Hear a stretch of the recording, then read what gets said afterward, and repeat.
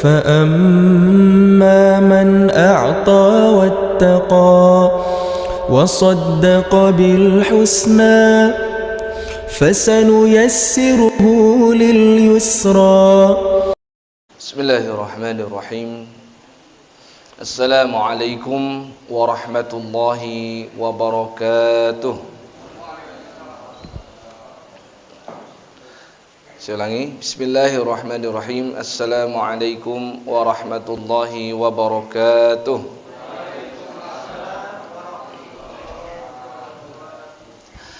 Innal hamdalillah nahmaduhu wa nasta'inuhu wa nastaghfiruh wa na'udzu billahi min shururi anfusina wa min sayyiati a'malina.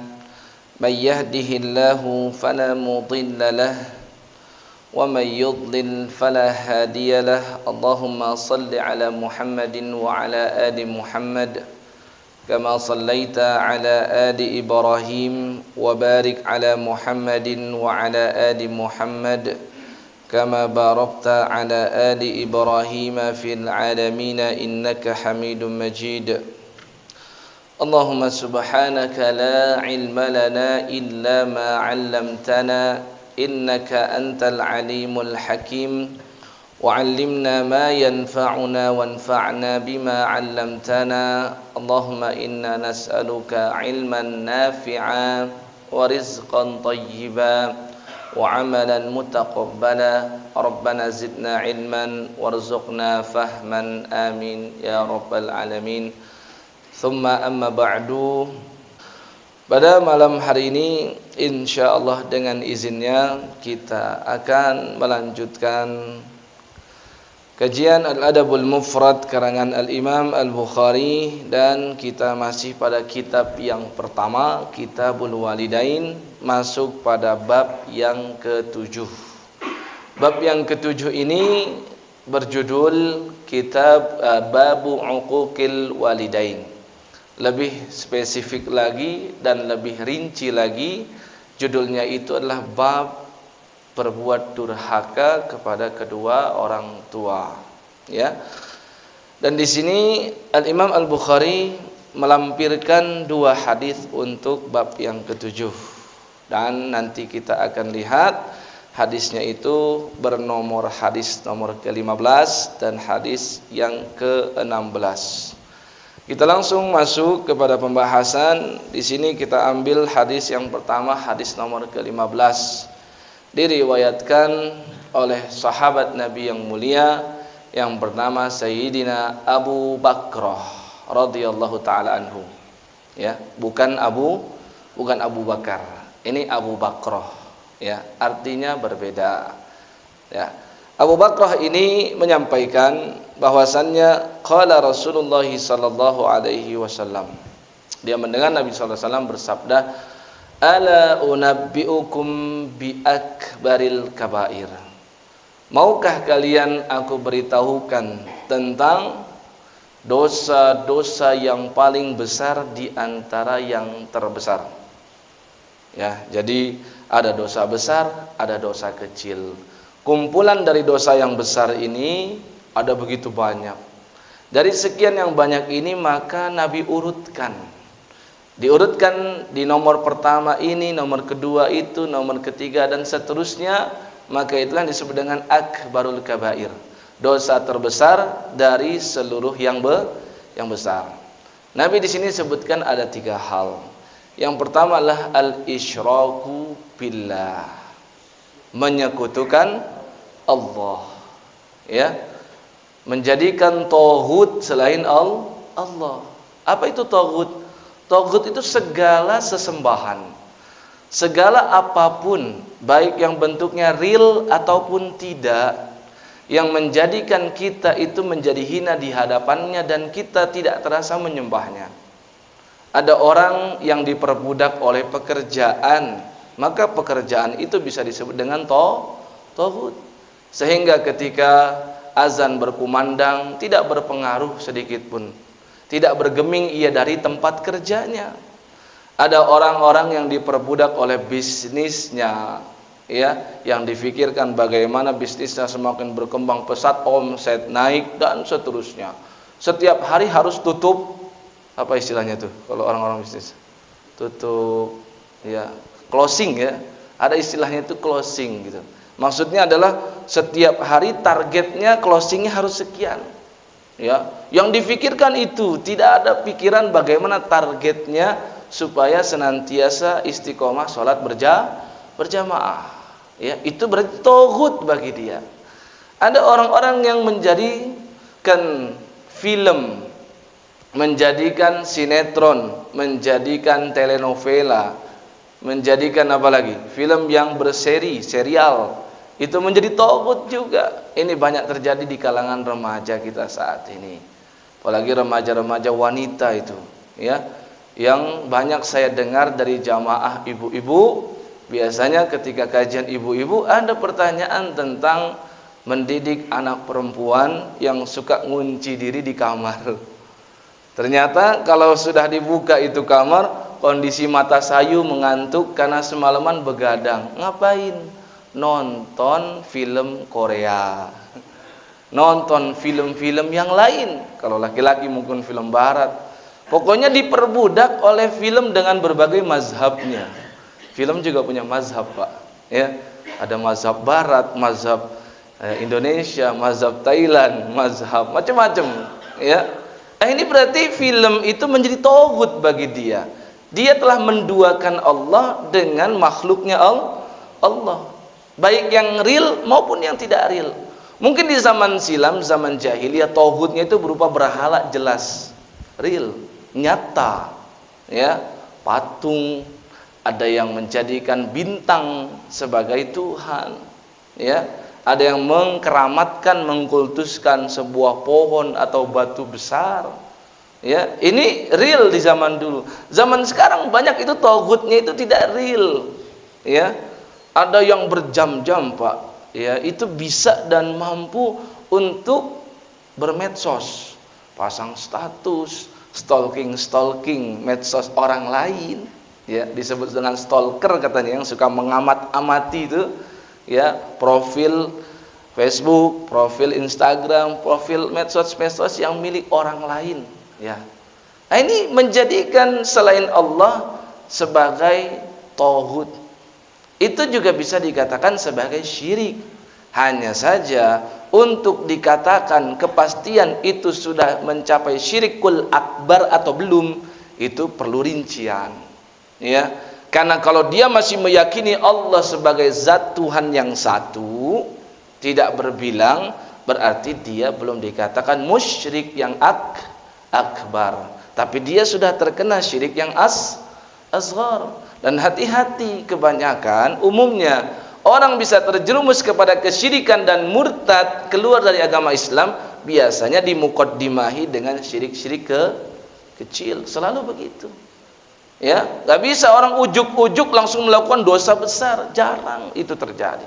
Biasanya diawali dimuqaddimahi dengan dosa-dosa kecil. Kata Nabi, yang pertama akbarul kabair itu adalah al-isyraku billah. Yang kedua, ini pembahasan kita di bab yang ketujuh, wa uququl walidain, durhaka kepada kedua orang tua. Abu Bakar menceritakan, ya, Nabi sallallahu alaihi wasallam jalasa itu duduk, wa kana muttaqian. Jadi awalnya Nabi ketika menyampaikan hadis itu sambil senderan. Ya, ala unabbiukum bi akbaril kabair. Tiba-tiba ketika mau menyebutkan yang ketiga, Nabi langsung duduknya tegap. Ya, supaya perhatian. Dan sampai Abu Bakar itu ceritakan begitu. Ini menunjukkan betapa sahabat itu sangat perhatian dengan setiap gerak-geriknya Nabi Muhammad sallallahu alaihi wasallam. Karena hanya orang ini saja yang ucapannya, yang keluar gerakan dari tubuhnya, semua yang bersumber dari dia itu adalah bersumber dari wahyu. Jadi nggak ada celaan sedikit pun bagi beliau. Ketika beliau berbicara tidur-tiduran, mau kita katakan tidak sopan? Bukan. Justru di situ menunjukkan ada keringanan ketika sedang ngobrol. Tidak mesti ngobrol itu selalu serius. Berarti di situ menunjukkan ada hal-hal yang sifatnya mubah. Ketika Nabi tiba-tiba ngomong serius, ya, berarti menunjukkan di sini ada penekanan beberapa poin yang akan beliau sampaikan. Ini ada hal yang sangat ditekankan agar menjadi perhatian bagi semua yang mendengar. Kadang Nabi SAW itu ya berbicaranya berapi-api sampai memerah pipi beliau, mengalir keringat dari pelipis beliau. Wah, ini menunjukkan Nabi sedang marah. Sahabat itu memperhatikan betul. Maka kata Abu Bakar, awalnya Nabi sampaikan 2 dosa itu sambil bersandar, muttaqian, tiba-tiba Nabi langsung duduk tegap. Ya, dan Nabi ucapkan yang ketiga, ala wa qauluz zur. Yang ketiga itu adalah ketahuilah qauluz zur. Qauluz zur itu ucapan dusta. Ya. Kemudian Nabi sallallahu alaihi wasallam disampaikan oleh Abu Bakar, wa ma zala yukarriruha hatta qultu laitahu sakat. Laitahu sakat. Ya. Kata Abu Bakar, Nabi terus mengulang, ala wa qauluz zur. Dalam riwayat lain, ala wa qauluz zur wa syahadatuz zur. Qauluz zur itu ucapan dusta, syahadatuz zur lebih spesifik lagi, yaitu bersaksi yang palsu. Kesaksian palsu itu kan bagian daripada dusta. Ya, ala wa qauluz zur wa syahadatuz zur. Ala wa qauluz zur wa syahadatuz zur, kata Abu Bakar, famazala yukarriruha. Nabi ulang-ulang terus. Ya, macam kaset itu Pak, di rewind lagi, diulang lagi. Sampai kata Abu Bakar, laitahu sakat. Seandainya Nabi berhenti itu ngomong itu. Ya, maksudnya andai kata sudah selesai. Nah, artinya maksud Abu Bakar, Nabi SAW sangat perhatian dengan 3 dosa ini, wabil khusus dosa yang terakhir, yang ketiga, yaitu adalah ucapan dusta dan kesaksian palsu. Hadis yang kedua, hadis nomor yang ke-16, ya, yaitu adalah diriwayatkan oleh Rawad. Rawad ini adalah putra sahabat yang bernama Al-Mughirah bin Syu'bah. Jadi Al-Mughirah bin Syu'bah itu sahabat Nabi yang subur. Diceritakan dalam Tabaqat Ibnu Sa'ad, putra-putrinya sekitar 20 orangan. Ya, zaman sekarang jarang sekali yang begini. Ya, salah satu putranya bernama Rawad. Sekaligus putranya itu karena amanah, dia ditunjuk sebagai sekretarisnya Al-Mughirah bin Syu'bah. Putranya sekretaris bagi dia atau bagi ayahnya. Ya, Katibul Mughirah bin Syu'bah qala kataba Muawiyah ila Al-Mughirah. Ketika Muawiyah bin Abi Sufyan. Siapa Pak Muawiyah itu? Sahabat Nabi, salah satu sekretaris Nabi yang menuliskan wahyu firman Allah Jalla Jalaluhu. Dan dialah yang mengawali kekhilafahan Bani Umayyah. Dialah yang diberikan ya tampuk kepemimpinan oleh cucu Nabi Muhammad sallallahu alaihi wasallam yang bernama Sayyidina Al-Hasan bin Ali bin Abi Thalib. Al-Hasan sudah diramalkan oleh Nabi ketika Nabi sedang khutbah. Al-Hasan ternyata main-main di tengah jamaah. Nabi SAW turun dari mimbarnya. Dan ini menunjukkan boleh-boleh saja khatib turun dari mimbar untuk sesuatu hajat yang sangat penting. Dalam hal ini Nabi nggak mau Al-Hasan yang masih kecil itu mengganggu jamaah. Apalagi kan kalau sedang khutbah itu perhatian orang. Ini ada anak kecil. Tapi Nabi juga memberikan kesempatan pendidikan anak sejak usia dini, diajarkan gemar untuk datang ke masjid. Ya, gak ada masalah kok anak-anak itu suka main-main di masjid. Yang namanya anak-anak main. Yang aneh sudah rambut putih, sudah ompong masih main-main di masjid. Itu yang aneh. Ya, maka ketika diambil oleh Nabi SAW Al-Hasan, kemudian diletakkan di mimbar bersama Nabi, itu sahabat perhatian sama Al-Hasan. Ya, banyak para sahabat yang memberikan kesaksian kalau Nabi, ya, itu penjelmaan tubuh beliau dari atas sampai dengan pinggang itu ada pada Hasan. Tapi kalau dari pinggang sampai dengan kaki, penjelmaan Nabi itu ada pada Al-Husain. Maksudnya yang paling mirip dengan Nabi SAW dari atas sampai dengan tengah itu Al-Hasan. Jadi wajahnya mirip, ya. Kemudian ya pundaknya mirip dengan Nabi, dadanya bidang mirip seperti Nabi, punggungnya juga sama, rambutnya mirip dengan Nabi. Tapi bagian setengah ke bawah yang paling mirip dengan Nabi itu adalah Sayyidina Al-Husain, adiknya Al-Hasan. Keduanya adalah cucu kesayangan Nabi Muhammad sallallahu alaihi wasallam, ahlul bait, dan kita wajib mencintai mereka. Ya, maka Al-Hasan dibawa ke atas dan Nabi sampaikan, keturunanku ini kelak akan menjadi pemimpin. Dan keturunanku ini kelak akan menyatukan dua kelompok besar yang berseteru. Dua kelompok kaum muslimin yang sedang berseteru. Yang dimaksud adalah kelompoknya Ali bin Abi Thalib dengan kelompoknya Muawiyah bin Abi Sufyan, putranya Abu Sufyan. Muawiyah lebih dahulu masuk Islam. Ya, Al-Hasan menerima tampuk kepemimpinan setelah ayahnya wafat. Ya, tapi Al-Hasan hanya 6 bulan saja menjadi khalifah dan menggenapkan ramalan Nabi khilafah sesuai dengan manhaj nubuwah itu 30 tahun. Dimulai dari wafatnya Nabi tahun ke-11, berakhir di tahun 41 Hijriyah. Setelah itu Al-Hasan berikan kepada Muawiyah dan kaum muslimin menjadi bersatu. Betul yang dikatakan Nabi, kelak Al-Hasan akan menyatukan dua kubu kaum muslimin yang sedang berseteru. Ya. Nah, di sini yang ingin saya sampaikan bahwasannya Muawiyah setelah mendapatkan kepemimpinan, Muawiyah itu termasuk sahabat yang sangat luar biasa. Bagaimana luar biasanya? Jarang-jarang Pak ada pemimpin kayak begini meminta nasihat kepada bawahannya, wabil khusus dia mengerti betul bawahannya itu paham tentang sabda Nabi SAW. Maka Muawiyah kirim surat kepada siapa? Al-Mughirah bin Syu'bah. Ya, dia kirim surat yang berisi apa? Yang berisi uktub ilayya bima sami'ta min Rasulillah sallallahu alaihi wasallam. Wahai Al-Mughirah bin Syu'bah, tolong kau tuliskan sabda-sabda Nabi yang dulu kamu pernah mendengar dari beliau. Ya, minta nasihat nih Pak. Ya, karena sahabat bagaimanapun semua sepakat mereka cinta kepada Nabi Muhammad sallallahu alaihi wasallam. Maka pesan-pesan dan petuah wasiat Nabi itu senantiasa ingin mereka amalkan. Semangat mereka itu. Maka Al-Mughirah bin Syu'bah akhirnya perintahkan kepada Rawat putranya tadi sekaligus sekretarisnya, ya, untuk menuliskan. Didiktekan oleh dia. Fa'amla alayya wa katabtu biyadai, kata Rawat. Akhirnya ayahku Al-Mughirah mendiktekan kepadaku dan aku tulis dengan tanganku. Kemudian yang tertulis, inni sami'tuhu yanha an kathratis su'al wa idha'atal mal wa an qila wa qal. Saya ulangi, kana atau inni sami'tu yanha. Aku dulu pernah mendengar Nabi SAW itu melarang.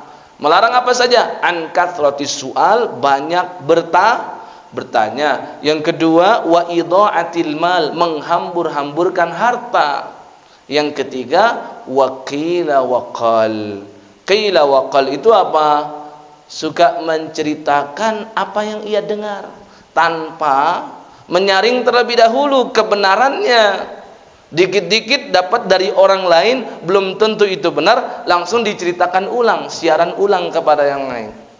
Ya, ini namanya qila wa qal. Katanya gitu.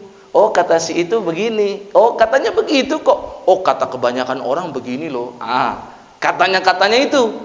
Ya, ini bermasalah, Pak. Ini bermasalah dan ini banyak terjadi di kubu kaum muslimin saat ini.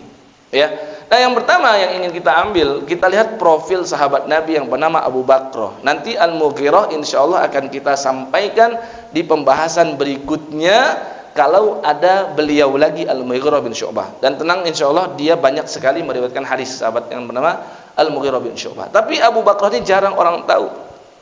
Nama aslinya Nufai' bin Al-Harith bin Kildah. Ya. Dia adalah dari Bani Saqif atau As-Saqafi. Sahabat Nabi yang satu ini luar biasa kisah heroiknya ketika dia masuk ke dalam agama Islam. Ya. Jadi Bani Saqif itu Pak, dulu itu adalah Bani Saqif yang sangat menolak dakwah Nabi. Karena Bani Saqif itu menguasai kota Taif dan Nabi sebelum hijrah ke Madinah sekitar 3 tahun sebelum peristiwa Isra dan Mi'raj, Nabi itu datang ke Taif bersama dengan Zaid bin Harithah. putra angkat beliau, tapi ditolak mentah-mentah. Ya, nah yang menguasai kota Taif itu Bani Thaqif.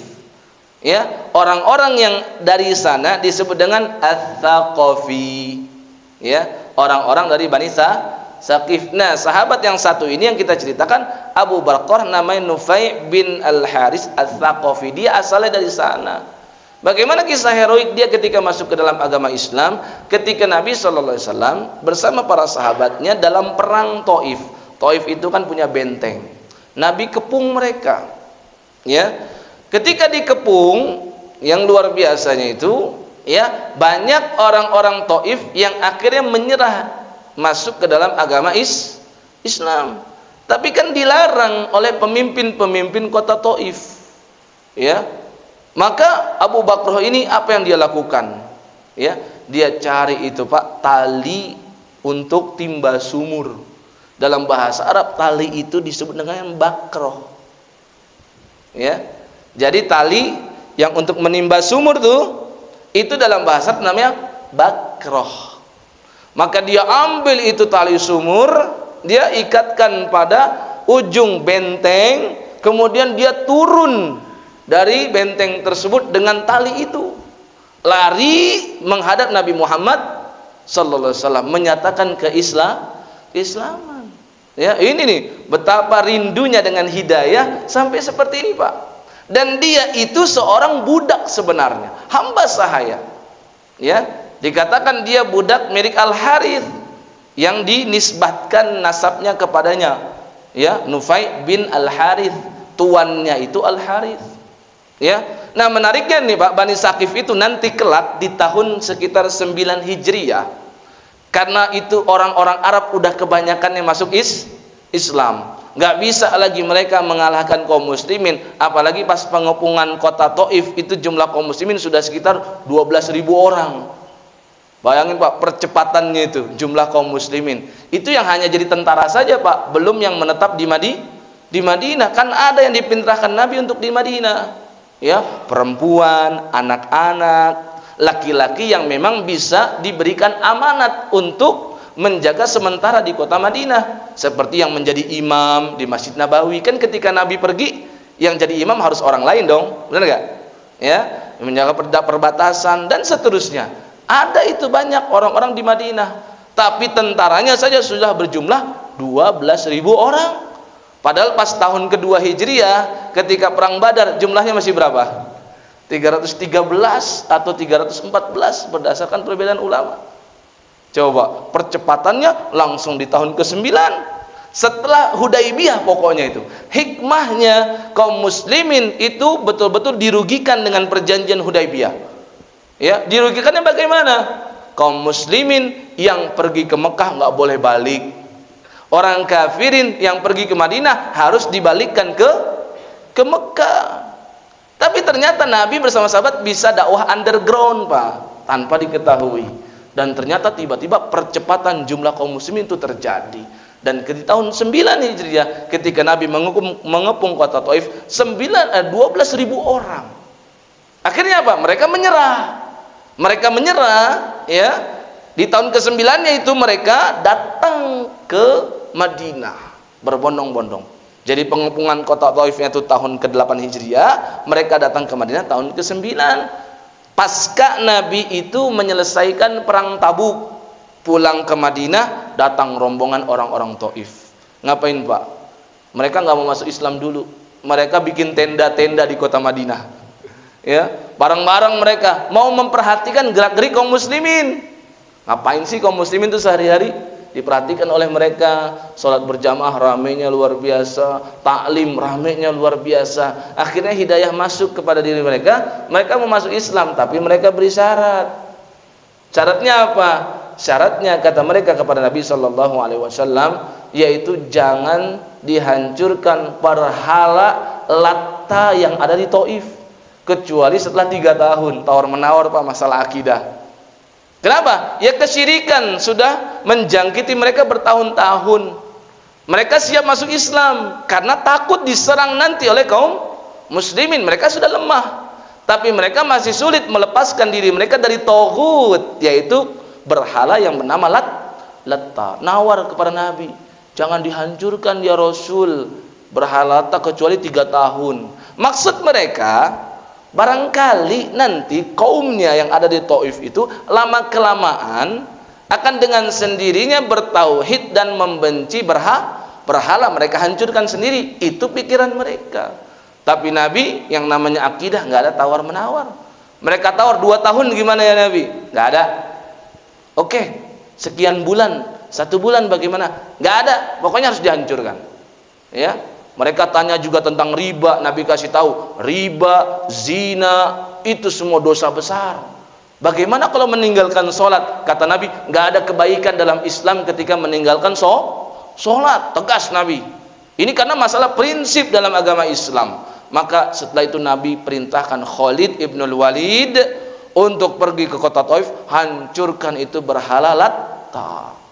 Setelah itu tuannya Abu Bakrah, tuannya Nufai ini datang kepada Nabi, ya Rasul, mohon agar engkau kembalikan Abu Bakrah menjadi budak kami, karena dulu dia budak kami. Maka apa jawaban Nabi sallallahu alaihi wasallam? A'taqahullahu wa rasuluh.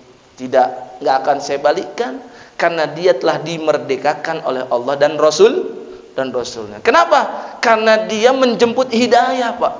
Jarang-jarang ada yang bisa seperti ini, berani keluar dari benteng, dari tempat pertahanan yang kokoh dengan hanya medianya tali saja, Pak. Loncat dia dengan tali, namanya Bakrah, maka disebut oleh Nabi dengan Abu Bakrah. Ini sebutan untuk pujian. Ya, kayak kemarin sebelumnya kita jelaskan tentang Asma binti Abu Bakar, disebut dengan Zatu an-Nitaqain, pemilik 2 sabuk, pemilik 2 ikat pinggang. Filosofinya luar biasa. Ketika Nabi hijrah, 1 ikat pinggang untuk membawa minuman Nabi SAW, 1 ikat pinggang digunakan untuk mengikat perbekalan Nabi sepanjang di Gua Thur. Ya, ini pujian. Ya, sama dengan Abu Bakrah ini mendapatkan pujian. Sampai kata Al Hasan Al Basri, ketika di kota Basrah aku saksikan para sahabat, tidak ada yang lebih afdal, yang lebih utama dibandingkan 2 sahabat Nabi, yang satu bernama Abu Bakrah, yang satu bernama Imran bin Husain radhiyallahu taala anhuma ajma'in. Ya, ini sekilas tentang Abu Bakrah. Nah, apa yang bisa kita ambil pelajaran dari hadis-hadis ini? Yang pertama, jelas ini hadis ada tambahan untuk kita semua tentang dosa-dosa besar.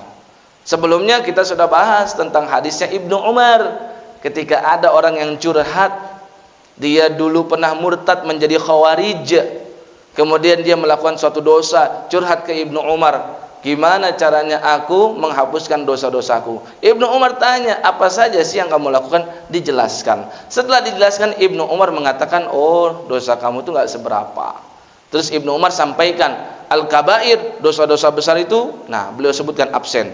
Absennya nggak jauh-jauh beda dari yang kita sebutkan, ya, yaitu syirik, yaitu adalah ya durhaka kepada orang tua, dan berikutnya adalah qauluz zur atau syahadatuz zur. Ya, jadi tambahannya untuk sebagai informasi bagi semua agar kita tahu beberapa dosa-dosa besar. Ya, paling tidak bisa kita ambil 10 lah jumlah tuh ya. Syirik, sihir, itu ada hadis khusus tentang 7 dosa yang membinasakan. As-sihru. Ada juga dosa besar, Pak, hati-hati, mendustakan takdir. Ini masalah keimanan, ya kan? Keimanan itu ada 6, betul nggak? Dan salah satunya dan yang paling terakhir, beriman kepada takdir yang baik untuk kita ataupun yang buruk menimpa kita. Ya, bahkan Nabi SAW sampaikan tidak sempurna keimanan seseorang. Dalam riwayat lain, tidak akan pernah merasakan manisnya iman sampai dia memahami betul segala yang luput darinya berarti tidak ditakdirkan untuknya, dan segala yang ia dapatkan berarti itu sudah ditakdirkan. Begitu. Segala yang luput. Ya, kadang kita menyesali sesuatu, aduh, coba saya begini, pasti akhirnya nggak bakal begini. Ini kan sesuatu yang luput dari hidup kita. Ya, seharusnya seorang mukmin tidak perlu mengucapkan seperti itu. Karena kesempurnaan iman ketika ada yang terlewat dari hidupnya, berarti dia yakin itu tidak ditakdirkan untuknya, apapun. Ya.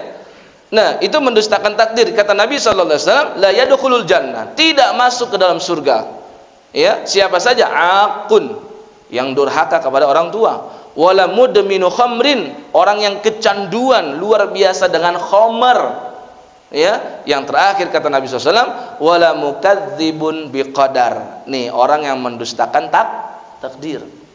Dosa berikutnya juga meninggalkan sholat. Ini jangan lupa, Pak. Ini bahaya sekali meninggalkan sholat. Zaman sekarang orang mudah mengaku dirinya Islam, tapi disuruh sholat pun malas.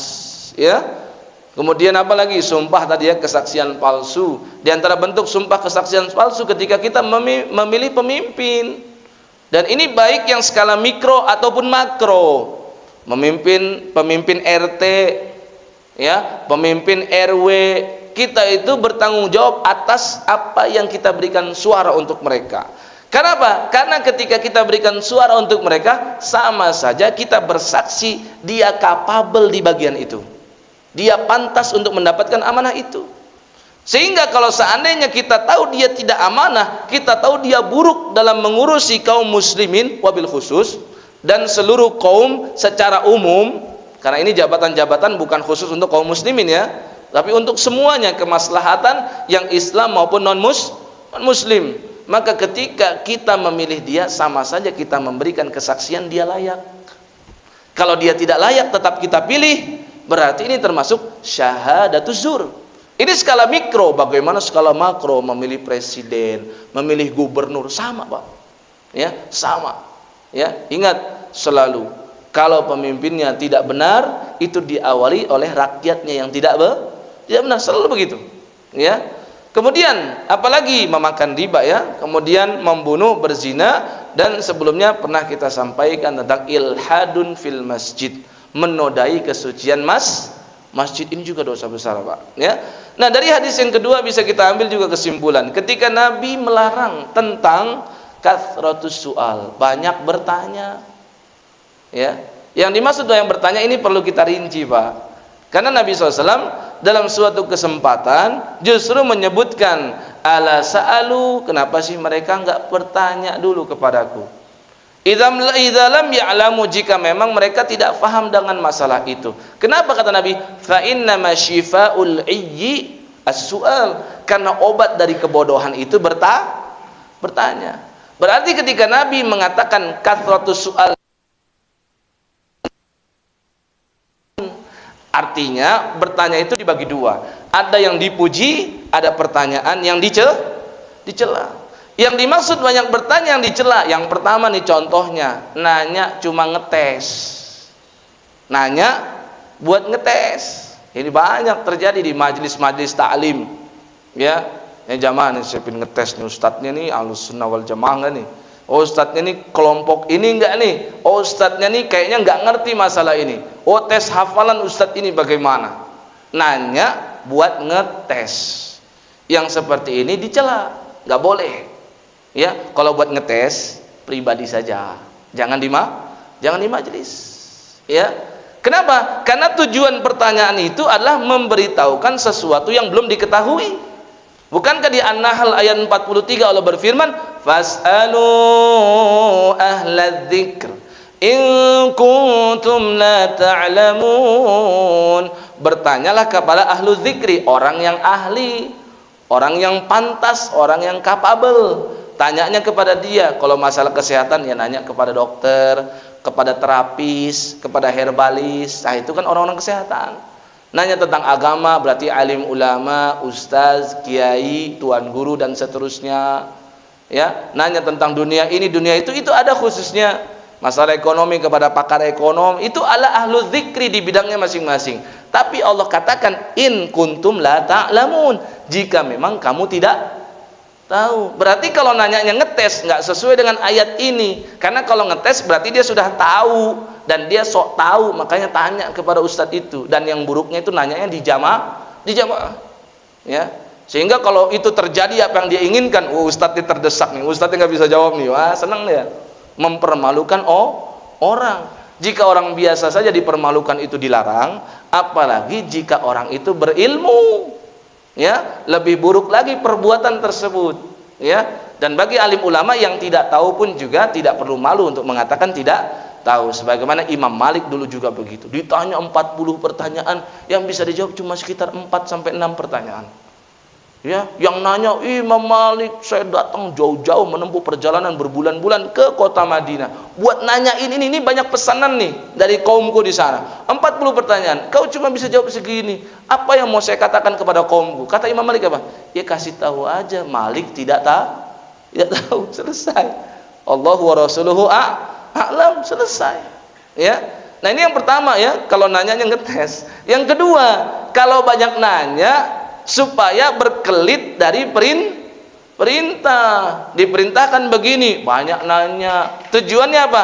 Supaya lepas dari perintah tersebut. Inilah yang menjadikan ya sifat buruk Bani Israel diabadikan oleh Allah dalam surah Al-Baqarah ayat 67. Nah, di situ Allah Subhanahu wa taala berfirman, "Wa idz qala Musa liqaumihi innallaha ya'murukum an tadhbahu Baqarah." Dengan ayat ini maka surat itu disebut dengan surah Al-Baqarah. Ya, ingatlah wahai Muhammad, ketika Musa dulu berkata kepada kaumnya, sesungguhnya Allah memerintahkan kalian untuk menyembelih sapi betina. Saat itu Bani Israel, waduh, malas memang menjalankan perintah Allah. Itu malas. Ya, maka mereka malah justru berkata, qalu atattakhizuna huzwa, wahai Musa, kalian mau jadikan kami bahan ejekan? Ya, qala a'udzubillahi an akuna minal jahilin. Maka Nabi Musa berlindung kepada Allah dari termasuk orang-orang yang jahil. Maka di sini mulai lihat nih pertanyaan-pertanyaan yang bertubi-tubi dari mereka. Qalu du'u lana rabbaka yubayyin lana ma hi. Mereka berkata kepada Musa, ud'u, ya, tanya tuh kepada Allah, ya, lana untuk kami, ya. Apa pertanyaannya? Yubayyin lana, hendaklah Tuhanmu Musa terangkan dan jelaskan kepada kami, mahi, hakikat dari sapi betina yang perlu kami sembelih itu bagaimana? Padahal perintahnya umum, pokoknya sapi betina, tapi mereka sengaja nanya supaya bisa berkelit dari perintah. Maka Nabi Musa jelaskan, qala innahu yaqul, sesungguhnya Allah berfirman kepada kalian, ya, innaha baqaratun la faridun wala bikrun awanun baina dzalik faf'alu ma tu'marun.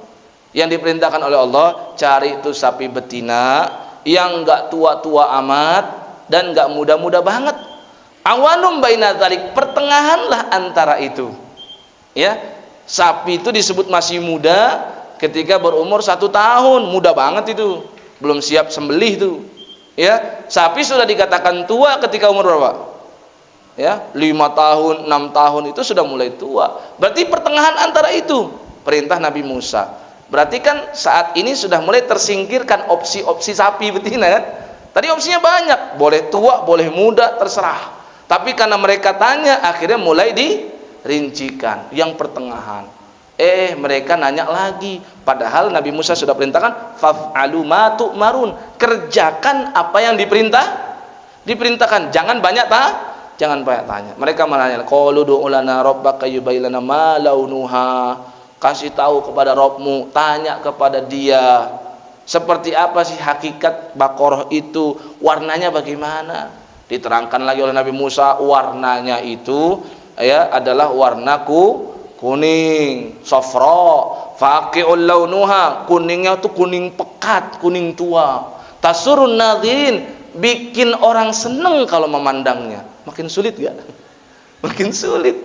Ya, ternyata Allah akhiri itu apa ayatnya? Fadzabahuha wa makadu yaf'alun. Akhirnya mereka pun sembelih dan hampir saja mereka tidak mau menyembelihnya. Ini yang kedua nih, pertanyaan yang dicela. Yang tadi pertanyaan buat ngetes, yang kedua bertanya supaya lari dari perintah, yang ketiga ya bertanya untuk bikin repot orang lain. Ya, Ketika Nabi SAW sampaikan kepada sahabatnya, sesungguhnya Allah telah memerintahkan kalian untuk haji, fahujju, maka hajilah kalian. Ada sahabat Nabi bertanya, afi kulli amin ya Rasulullah, hajinya itu tiap tahun atau gimana ya Nabi? Nabi diam. Masih ngeyel nih orang nanya lagi, tiap tahun atau enggak ya Nabi kewajibannya? Nabi diam. Yang ketiga kali baru Nabi terangkan, seandainya aku katakan iya setiap tahun, pasti bikin repot kalian. Maka Nabi langsung terangkan saat itu. Ya, keterangannya apa? Jangan banyak nanya yang bikin repot diri kalian sendiri. Karena kaum-kaum terdahulu mereka dibinasakan oleh Allah sebabnya karena mereka banyak nanya dan itu menyulitkan diri mereka sendiri. Maka diturunkan firman Allah, ya, ya ayyuhalladzina amanu, Al-Maidah ayat 101, wahai orang-orang beriman, la tas'alu an asya'a in tubda lakum tasukum. Janganlah kalian bertanya jika pertanyaan kalian itu nampak nanti bagi kalian menyulitkan diri kalian. Nah, ini diantara pertanyaan yang dicela, yang dimaksud oleh Nabi. Allah melarang banyak bertanya, ya.